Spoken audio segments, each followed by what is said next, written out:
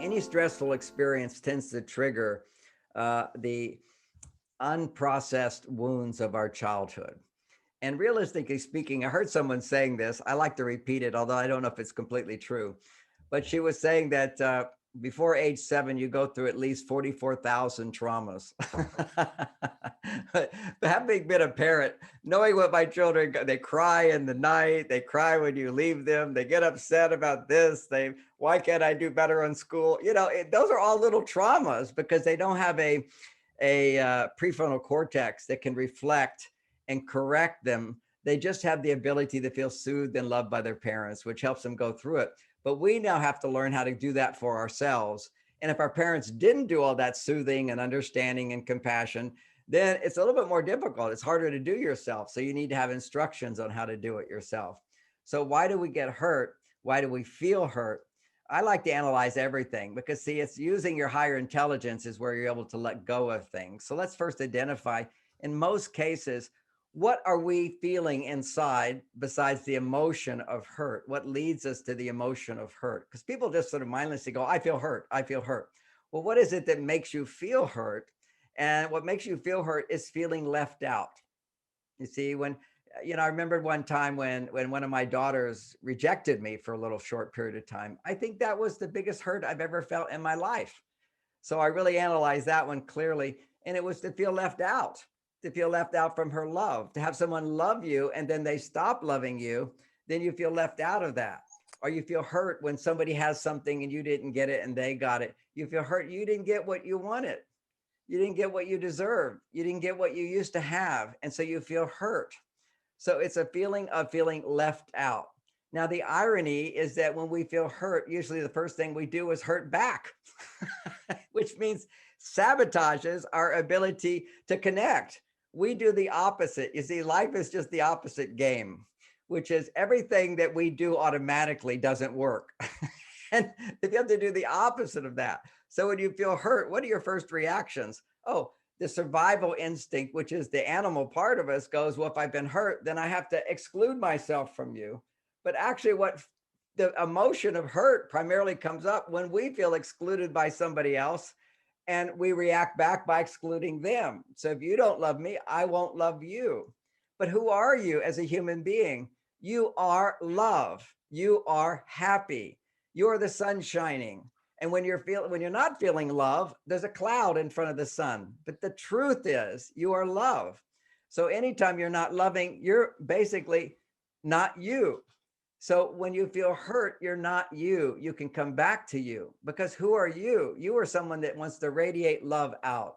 You want to give your love, and giving your love makes us the happiest we can be. Why? Because it's just being who we are, because who we are is happy. Everybody listening, gloom and doom, anxiety, depressed, that's not you. Who you are is happy, but you have to become aware of the blocks that you're putting up to block the sunshine. And when you practice, just the awareness, this is not me, starts the wind to come and blow those clouds away so you can find yourself again. And there's so many different self-help modalities to do this, but we have to recognize that hurt is something we do to ourselves because it's painful to not be ourself. The source of all pain is believing a lie or being not your true self. That's when you're in pain. Think about it. When you're loving someone and feeling happy doing it, that's who you are, and there's no pain. The pain is when that love doesn't come back and you feel left out, and the survival part of you goes, well, then I won't love you. And as soon as you say, I won't love you, you've just disconnected from who you are. It's literally, if who you are is these hands reaching out, and you say, I'm not going to love you. I'm not going to forgive you. I'm not going to take the time to understand and relate to you. I'm not going to have compassion for what you're going through. All those positive ways we can cope with the craziness of this world. When I put my hands out to love and I say, I'm not going to love you, what am I doing? I'm cutting off my own arms. I'm cutting myself and cutting myself. And that's the source of our pain. We're all doing it to ourselves. So we have to learn how to process it. So in the second part of the question, that's the setup. We have to get Don't blame your hurt on somebody else. All they are is a trigger, and you're the one who perpetuates it. Yes, somebody punches you. It's a bruise. But think what happens if you keep punching yourself after that. That's the real hurt, is when you stop loving. How to recover fast. The first thing is have the context. You got to know what direction to go in, right? If you keep going in the wrong direction, you'll never get better. But you got to know the right direction. But then how do you move to that place? What you do right away is when you're feeling hurt, don't buy into it, but listen to the little child inside of you whose feelings are very delicate and they feel rejected and hurt. Try to recall a time in your past where you felt hurt, unhappy, abandoned, rejected, betrayed, some disappointment. And you go to that place, bring it up in your awareness. And how do you bring it up? Because you're feeling it right now. And right now is only a little trigger to get you in touch with what's really where the source of that hurt is, those 44,000 traumas. And then you go into it and feel that part of you in the past where you felt hurt.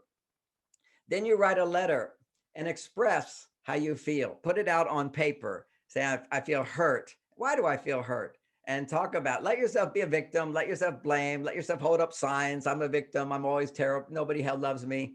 That's okay. You've got to listen to that little child inside. It needs to be heard. And by it being able to express itself, your higher self can connect to it. You know, if my room is dark, all I have to do is turn on the light and the darkness is gone. Just bringing your awareness to that place. But when you're feeling hurt, you're also angry and you're also afraid. So you want to explore both the hurt and the anger and the fear. And often you feel guilty and you feel bad. You feel unworthy. If you can go that deep, you can really let it go. And so this is going deep into the irrational feelings that a child has. But in a sense, they're not irrational. It's appropriate for them to feel that because they don't yet have a brain to correctly interpret reality. It's only once you get about 28 years old that you really can self-reflect. That's when this prefrontal cortex develops. And if we continue to use this ability, the brain develops our whole lives. I'm smarter than I've ever been because I learn how to process and bring spirit into myself through loving myself. And that's what I see is one of the major ways to love yourself is to embrace those negative reactions like they're a child crying in their room. And you're going to come in and hold their hand and say, you know, I love you. It's going to be okay. Let's go out and have ice cream. So another simple solution of how do you recover fast is just simply say, as if you're an alcoholic and you have an alcohol in front of you, want to say, shouldn't do that. Stop, stop, stop. My brain is giving my body false news. And then go out and do something that has nothing to do with that person who hurt you and have a good time. Shift gears. That's the whole secret of happiness is don't dwell on negativity. Embrace it. It's a part of you, but don't dwell on it. Don't get addicted to it.